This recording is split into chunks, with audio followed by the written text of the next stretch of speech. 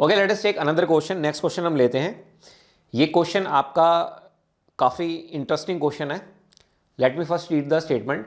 Consider two 16 point sequences x of n and h of n. तो ये कह रहा है कि आप दो सीक्वेंस मान लो, एक सीक्वेंस आप मान लो एक्स ऑफ एन और दूसरी जो सीक्वेंस है वो आप क्या मान लो, एच ऑफ एन मान लो, और दोनों कितने की होंगी, 16 पॉइंट की होंगी।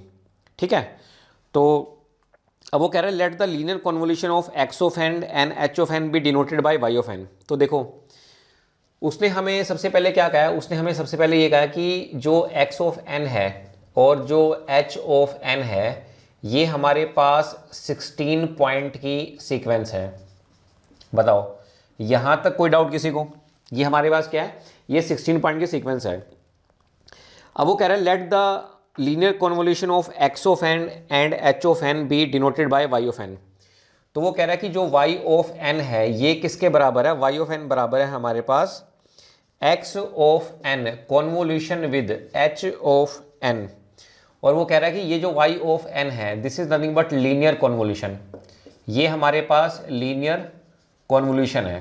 बताओ यहां तक पूरी क्लास में किसी भी स्टूडेंट को कोई डाउट?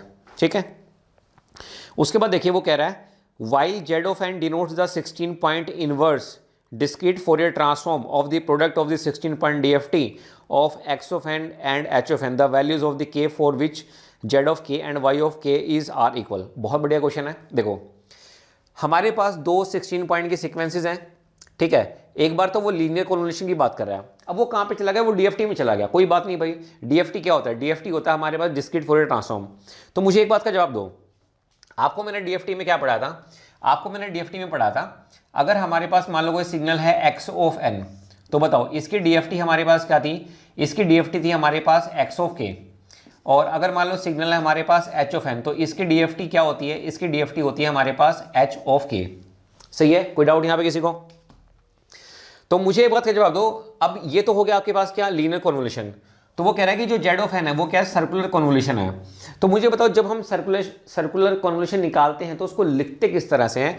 उसको डियर हम लिखते हैं इस तरह से, एक्स ऑफ एन कन्वोल्यूशन, यहाँ पे ऐसे सर्कल आ जाएगा एच ऑफ एन, तो ये दोनों हमारे पास क्या हो जाएंगे, मल्टीप्लाई। तो एक्स ऑफ के इंटू में हमारे पास क्या रहेगा, एच ऑफ के हमारे पास रहेगा। बताओ पूरी क्लास में किसी भी स्टूडेंट को कोई डाउट?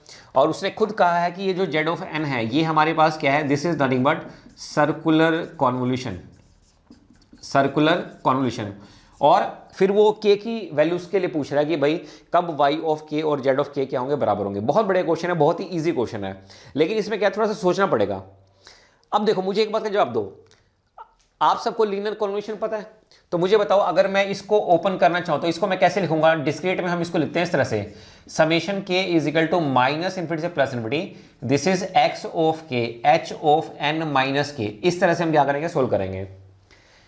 अगर आपने कॉन्टिन्यूस में पढ़ा हो तो कॉन्टिन्यूस में मैंने आपको ये बताया था ना, कॉन्टिन्यूस में कैसे लिखते हैं, माइनस इन्फिनिटी से plus infinity, this is x of tau into में h of t minus tau into में डी टाउ, है ना। कॉन्टिन्यूस में हमारे पास क्या होता है, कॉन्टिन्यूस में हमारे पास डमी वेरिएबल टाउ होता है, तो यहाँ पे हम क्या लेते हैं, यहाँ पे हम के लेते हैं। ठीक है, तो ये किसकी बात होगी, ये हमारे पास बात होगी किसकी, लीनियर कन्वोल्यूशन की। अच्छा आप मुझे बताओ अगर मैं सर्कुलर कन्वोल्यूशन को ओपन करना चाहूं इस मैथमेटिक्स समेशन की फॉर्म में, तो इसमें हम क्या लिखते हैं, k is equal to minus infinity से लेके एन माइनस वन। आप सबको पता है ये किसके लिए होता है, ये होता है डिस्क्रीट जो होता है ना आपका डीएफटी, ये फाइनाइट सीक्वेंस के लिए होता है। तो इसको अगर मैं लिखना चाहूँ तो ये हो जाएगा हमारे पास x of k and this is h of n minus k, और यहाँ पे इस तरह से हम एन लिखते हैं कैपिटल एन, है ना। मान लो वो 16 पॉइंट का है, 17 का है, 18 का है, 20 का है, कितने का भी है, इसके लिए है। तो के हमारे पास जब हम रिप्लेस करते हैं तो ये हमारे पास क्या होता है, डमी वेरिएबल होता है। अब इसमें सबसे बड़ी गेम पता क्या है, इस क्वेश्चन में गेम ये है कि हमें ऑप्शन गिवन है। अगर हमें ऑप्शन गिवन ना होते तो डियर ये क्वेश्चन बहुत टफ होने वाला था, क्योंकि हमें क्वेश्चन गिवन है। और अगर आप देखोगे जो मैंने आपको यहाँ पे स्क्रीनशॉट दिखाया है, मैं एक बार दोबारा से आपको स्क्रीनशॉट यहाँ पे दिखा देता हूँ। तो अगर यहाँ पे देखोगे option A B C D, इसमें के की वैल्यू गिवन है। ठीक है, अब ऑप्शन ए बी सी में के की वैल्यू 0 0 0 इसने ले रखी है ना। तो एक काम करते हैं ना, पहले मैं सिर्फ एक वैल्यू के लिए सोल्व कर देता हूँ, किसको, लीनियर कन्वोल्यूशन को भी 0 के लिए सोल्व कर देता हूँ। ठीक है, और इसको भी मैं 0 के लिए सोल्व कर देता हूँ। अगर ये 0 के लिए मैच कर गया तो फिर हम अगली वैल्यू के लिए जाएंगे। अगर 0 के लिए मैच नहीं किया तो इसका मतलब है इस क्वेश्चन के हिसाब से हमारा जो आंसर है वो क्या हो जाएगा, डी हमारे पास हो जाएगा। तो एक वैल्यू हम यहाँ पे निकाल लेते हैं। तो वो अब समस्या यहाँ पे ये है कि भाई ये 16 पॉइंट आप मानोगे कैसे, कुछ भी मान लो, आप अपनी मर्जी से मान लो, कोई दिक्कत वाली बात नहीं है। तो मैं यहाँ पे क्या मान के चल रहा हूँ, मैं यहाँ पे मान के चल रहा हूँ कि x ऑफ n, इसकी वैल्यू हमारे पास कितनी है, इसकी वैल्यू है 1 2 3, यहाँ से लेके कितनी है 16 तक है। और जो h ऑफ n है इसकी वैल्यू मैं क्या मानूंगा, 17 18 19 से लेके इसको मैं मानूंगा 32 तक। और क्योंकि क्वेश्चन में सीक्वेंस गिवन नहीं है तो हम हमेशा ये मानते हैं कि जब कभी भी डिस्क्रीट सिग्नल जो आप अज्यूम करेंगे ना, उस पर जो पहली वैल्यू वो कहाँ पे है, ओरिजिन पे है। तो मैं यहाँ पे क्या मानूंगा, मैं यहाँ पे ये मानूंगा कि भाई ये भी ओरिजिन पे है और ये भी हमारे पास क्या ओरिजिन पे है। बताओ, अब पहली वैल्यू के लिए अपन क्या करते हैं, इसको सोल्व कर देते हैं। तो पहली वैल्यू के लिए जब आप इसको सोल्व करोगे तो इसको हम y ऑफ 0 कहेंगे। So this is equal to में, तो ये आपके पास क्या हो जाएगा, दिस इज इक्वल टू में summation k is equal to minus infinity से plus infinity, this is x of k into में h ऑफ माइनस k।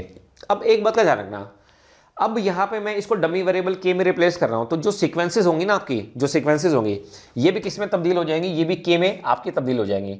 तो ये आपके पास क्या हो जाएगा, it will become your x of k, और इसको मैं लिख सकता हूँ h ऑफ k लिख सकता हूँ, ठीक है, h ऑफ k।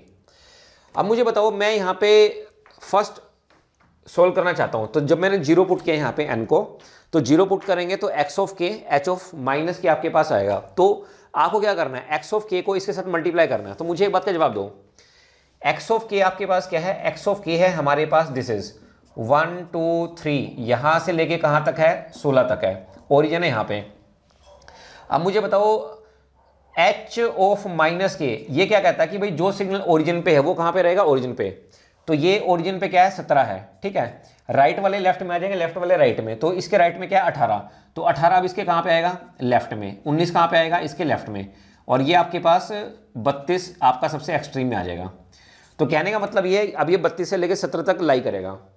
तो पहले पॉइंट के लिए मुझे क्या करना होगा, दोनों को मल्टीप्लाई करना होगा। तो अगर आप ध्यान से देखें तो ओरिजिन पे ये 1 है, ये 17 है, तो पहला जो पॉइंट होगा आपका y0 जो होगा आपका, वो आपके पास कितना आ जाएगा, 17। क्यों, इसके बाद सारे के सारी वैल्यू क्या है, 0 है, तो 0 को किसी से मल्टीप्लाई करोगे क्या मिलेगा, 0। और 1 से पहले इधर क्या है, 0 है, तो 0 को किसी से मल्टीप्लाई करोगे क्या मिलेगा, 0। तो इसका मतलब ये हुआ कि जब मैंने यहां पे क्या किया, लीनियर कन्वोल्यूशन यूज किया, तो इसमें मुझे जो पहला पॉइंट मिल रहा है, इसमें मुझे जो पहला पॉइंट मिल रहा है वो हमारे पास कितना आ रहा है, 17 आ रहा है।